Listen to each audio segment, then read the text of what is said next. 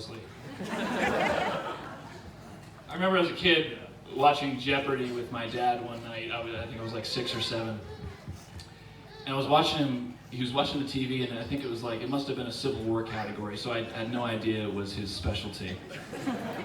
And he's answering like every question before the contestants on the TV, and I'm watching the numbers on their screens, like, you know, like 150,000. I'm like, Dad, like, how do you know all that stuff?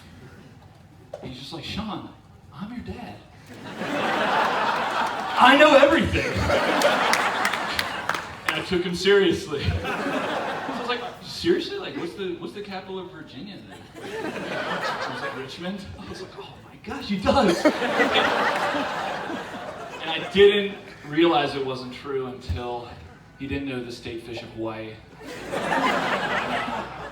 Which of course is the huma huma nuka nuka wapua, which my kid toy taught me. I didn't know that one, but after that talk, I think you reconvinced me. What's awesome about today is we're not celebrating something I've achieved, but something I've received. A great gift, the gift of the priesthood. And when God gives gifts, he likes to involve people. He likes to work through people. And he's literally worked through hundreds of you to help me receive this great gift. And now I can spend the rest of my life giving that gift back to you through the sacraments. If I'm wondering, I can't do justice, I can't thank everyone tonight, but what I can do is I can go to the altar of God and offer the Eucharist, which is the ultimate thanksgiving. So thank you all who have come today. There's a litany of people I want to thank. And I'll go more in depth tomorrow at my first Mass with certain groups, but I first just want to briefly thank all the faithful families, teachers, and mentors at St. John's and Seton School that have provided the foundational community for me to be formed to be a priest.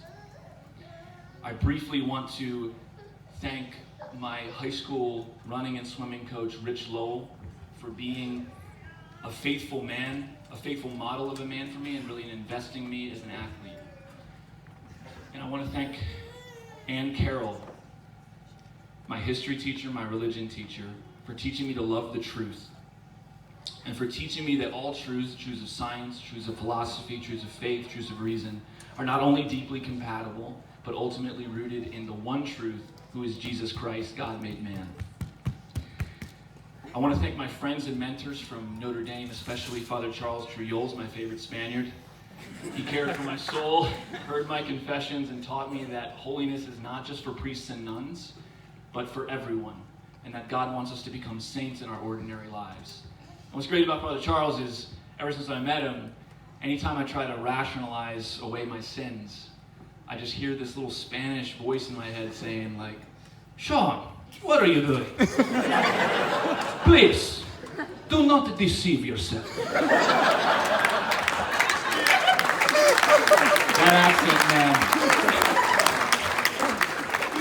I'd like to thank my professors and apostolate supervisors at St. Charles and my time at the Mount, especially Father Keith Shalinsky and Father Don Planty, who didn't just teach me about Jesus, but introduced me to the personal God who they had met. I'd like to thank Bishop Burbage for being such an encouraging, prayerful, and decisive shepherd for the last 2 years in our diocese, especially during this difficult time in the church. Thank you for giving me renewed confidence in my own calling, and I can't wait to start my ministry working alongside you as your co-worker. Now I want to thank some of my friends. One of my favorite quotes in the Bible is from Sirach, and it says, "Faithful friends are a sturdy shelter. Whoever finds one finds a treasure."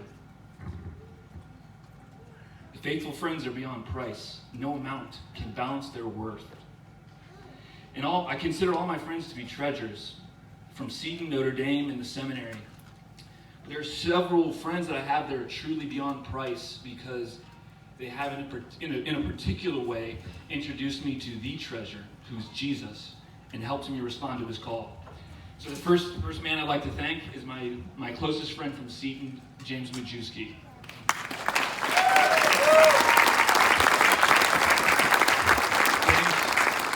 You've always been a man of courage and brutal honesty in my life, with yourself and with me. James was the first friend I had that loved me enough to correct me, to call me out when I was going down the wrong path in high school. He challenges me to accept responsibility for my choices and to live with integrity. I've always considered James my St. Andrew, because St. Andrew is the one that introduced St. Peter to Jesus. We were on retreat together one time senior year, and Father Serby was there preaching about how to keep our faith in college. And I knew I needed to talk to him and go to confession, but I didn't really want to, and I was afraid. But James turned to me and said, dude, I don't know what you're doing, but I'm going to go talk to this guy. And it was only because James talked to him that day that I made a great confession. And after receiving God's mercy, I thought to myself, like, man, that would be awesome to do that for people. James and I entered the seminary together in 2012, but we ended up on different paths. Now I'm a priest, and he's engaged to this beautiful, brand new Christian named Karina, who was just baptized this Easter.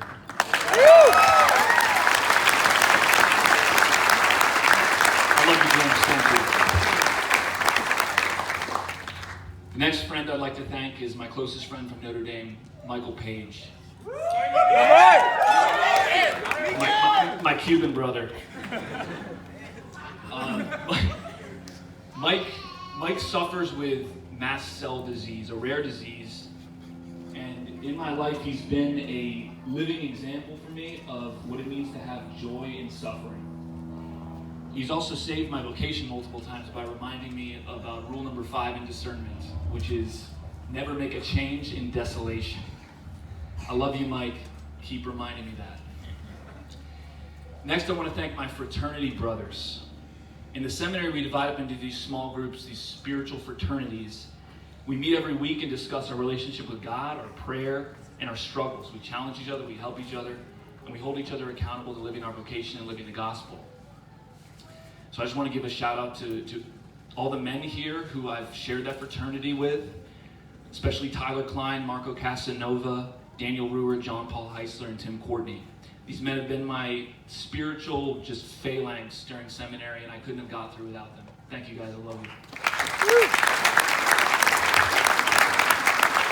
Next, there are 2 men in my life who have embodied for me what it means to be a good priest, with their constant availability and sacrificial service to me personally. I can ask these guys anything. They know everything about me. I trust them with anything.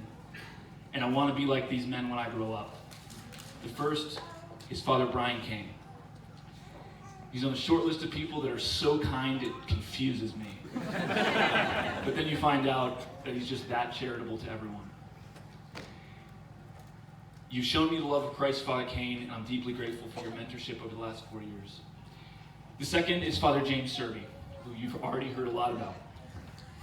He inspired me to want to be a priest. He extended the invitation, which I can't stress how important that is, for me to consider the priesthood.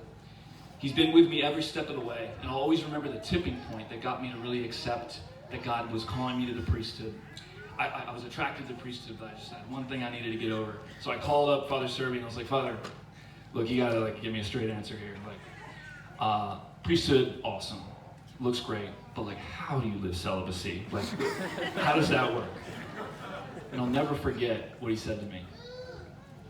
He said, Sean, the most fundamental desire in a man's heart is to give life, is to give his life, to give life, to be a father and to bear fruit. Where do you think I get all my energy from? God doesn't use me to be a biological father. He uses me to be a spiritual father, to give life to his people, to bear fruit for heaven. And I can't imagine anything more fulfilling. And right there it clicked in my mind and my heart, and not as a concept, because that can't click as a concept. It has to click as a reality, and I saw that reality being lived through his priesthood in my life. I love you, Father James. Thank you.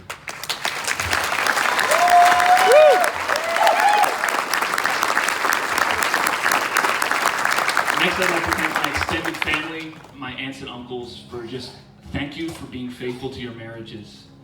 It's had a huge impact on my life, and it gives me hope that I can be faithful to my own vocation. I'd like to thank my grandparents, both the Koehrs and the Carries. I'm deeply grateful for the faith that you passed on to my parents. Next, I just want to go through my siblings. I've got 11 siblings. And they've all taught me, they've all modeled some virtue for me that I've learned a lot from. Caitlin, you've been a model for me of what it means to trust God. Thank you for your leadership and example in living the faith as the oldest. Thank you. Kelly, there's no secret that you're my favorite sibling. Thank you for your sensitivity and your strong, compassionate heart.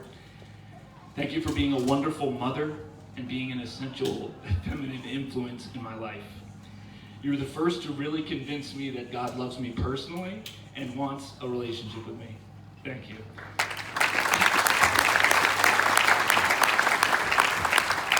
And next, my older brother Kevin, my only older brother. God knew I needed an older brother like Kevin. I've learned a lot from your loyalty, your generosity, and your courage. I always thought Kevin was fearless, and then he went to Afghanistan, and I knew he was. He would take me on adventures as a kid, like way outside my comfort zone. Only when you're with Kevin do you ask questions like, how did I get on top of this abandoned building? Or, why are we climbing up an elevator shaft? Or why am I in a cow field being chased by a bull? Things you do with Kevin. Kevin's also taught me a valuable lesson about how to have an all-out brawl and be better friends after. Kevin, we've had many epic fights. At least they seemed epic to me. But my favorite was here in the kitchen when we crashed through the kitchen drywall and then covered it up with a picture of Jesus.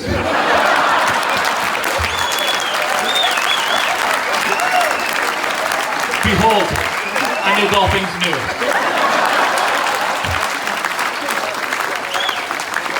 He does. It's Dan. You taught me, Dan the man. You taught me integrity and perseverance. Dan has a very high BS meter. And he'll call you on it. He's called me on it multiple times. Dan's come through for me many times. Whether it's scoring a hat trick to win the lacrosse state championship, thanks for that. Or serving my first mass for me as a kid in the living room. Or helping me write notes to my 6th grade girlfriend. It had to be good. I just needed to keep, he was on my team of editors. Gotta be excellent, right? I mean, you know. Dan, I think it was providential that you helped me with those things because now I'm celibate.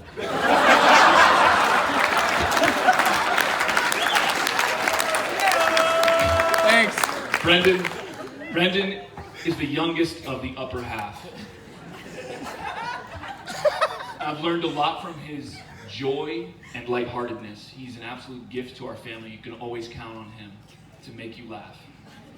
Patrick is clearly the oldest of the lower half.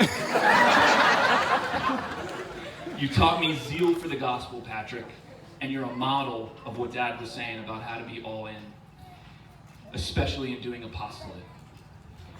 Brian, you're a model for me of humble service to others when no one's looking. Seamus, you've inspired me with your openness to others and your creativity. Shane, all my brothers and I, with my dad, we did this challenge over Lent called Exodus 90, and Shane was my buddy. And over Exodus 90, I discovered his depth of character and his love of God. And bro, I'm sorry, I gotta say it, I think you'd make an awesome priest.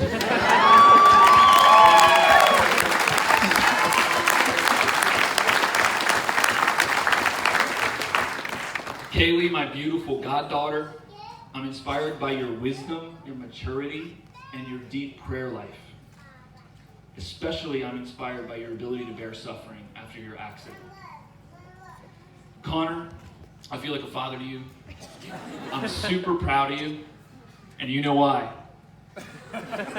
You've got an adventurous spirit, and I can't wait to share that adventure now that I live closer. All right, last two, Mom and Dad. wrapping up. Dad, good call on the impersonations, because in many ways I am who I am by impersonating you. You know, the Jim greeting gets you a long way. It's like, hey, I'm Jim. Hey, Jim, nice to meet you. How are you doing? Not too bad. It's a great line. It's not over the top.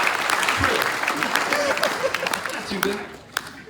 Dad, Mr. Pennefather taught me in 10th grade that the greatest thing a father can do for his kids is to love their mother. I just want to take out a big red Sharpie right now and give you an A+, and +5 for homework points.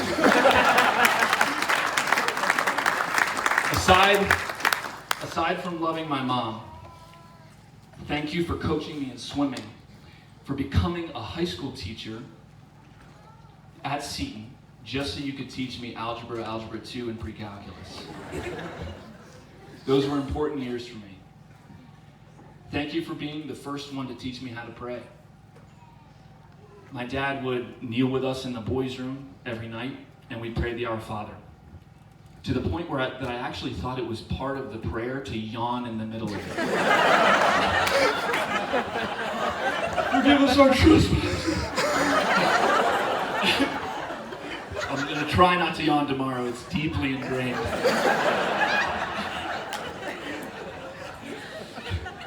The next thing after the Our Father was we would pray. We would sing this prayer. We would sing a prayer called the God Bless Mommy and Daddy prayer. So he taught me to pray for him from a young age.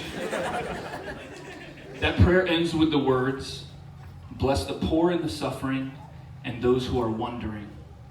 Give them the faith to make us all one.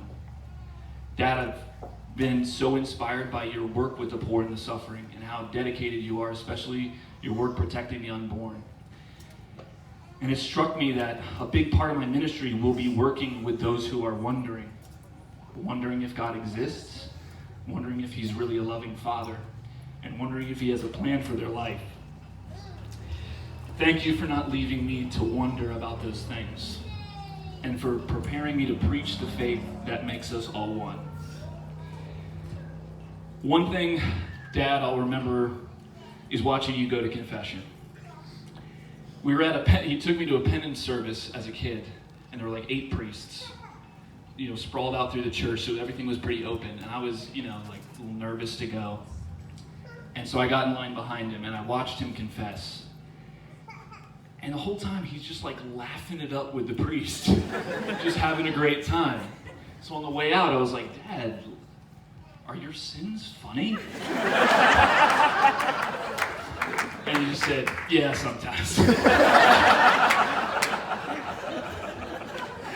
That experience taught me never to be afraid to confess, because it taught me that God's love is much better than anything we can do to sin.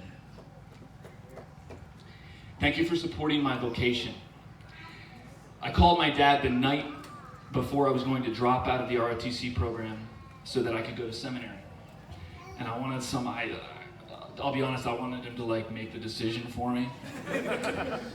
And he gave me a very wise answer that gave me a lot of clarity.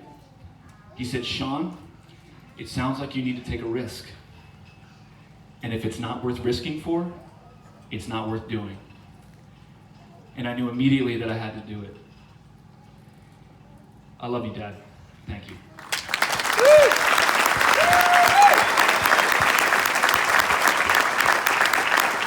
And finally, the one who it all began with, my mom. Mom, we've come a long way. I don't think there's anyone in the world who loves me as much as my mother. And I don't use the word love lightly. I'm talking sacrificial, long-suffering love. There's no one who sacrificed and prayed for me more than my mom. Mom, you've given me a deep love for the Mass and taught me to desire heaven for the people that I love. There's no secret that I was not the easiest child to raise. Raising me is probably best compared to Anne Sullivan trying to teach sign language to Helen Keller. Raising 12 children had to be an adventure for my mom. As a well-known philosopher says, raising that many kids feels like you're drowning, and then someone hands you a baby. So I just want to end with 2 stories about my mom. And it's not the one where she took me to mass every day as a kid, or taught me to read, or swam like 4,000 yards the day she gave birth to her 12th child, or the one Christmas where she beat all of her sons in an arm wrestle. She's jacked. Or the time when she beat Dan in a swimming race across the Chesapeake Bay.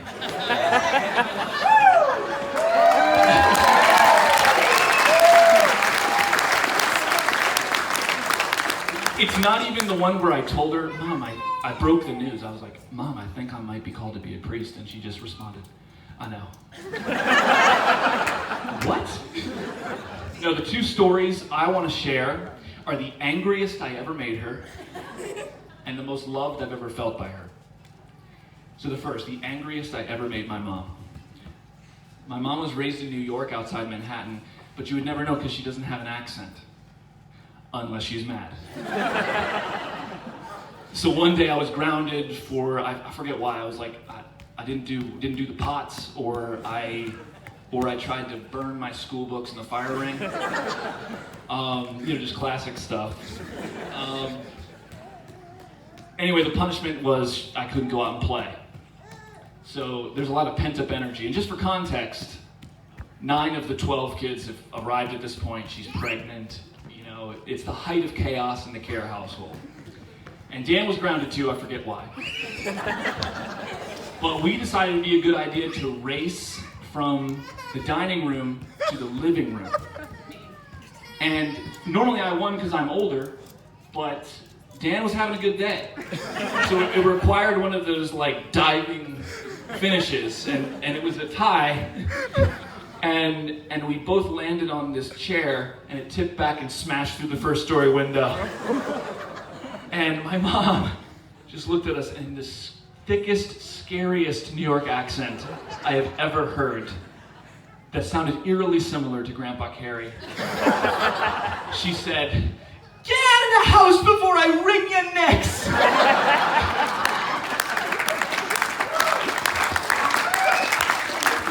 And we were just like, we gotta get out of here. And I know 2 wrongs don't make a right, burning your school books, smashing the window.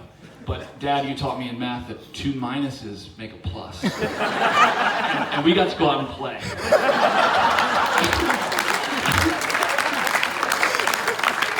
So the final story is the closest I've ever felt to my mom, the most loved I've ever felt by her. Something special about my mom is that she's drawn to suffering. She shows up in a big way wherever there's pain. And I experienced this as a kid when I would wake up all the time at night with severe growing pains in my legs. I'd wake her up and she would come and give me children's Tylenol, and she could have just sent me to bed, but she would stay up for hours just rubbing my legs until I could go to sleep. Mom, I know that I've got some growing pains ahead of me in the priesthood. And I know that I can always count on your prayers, sacrifices, and presence. I love you, and I'm blessed to have you as my mother.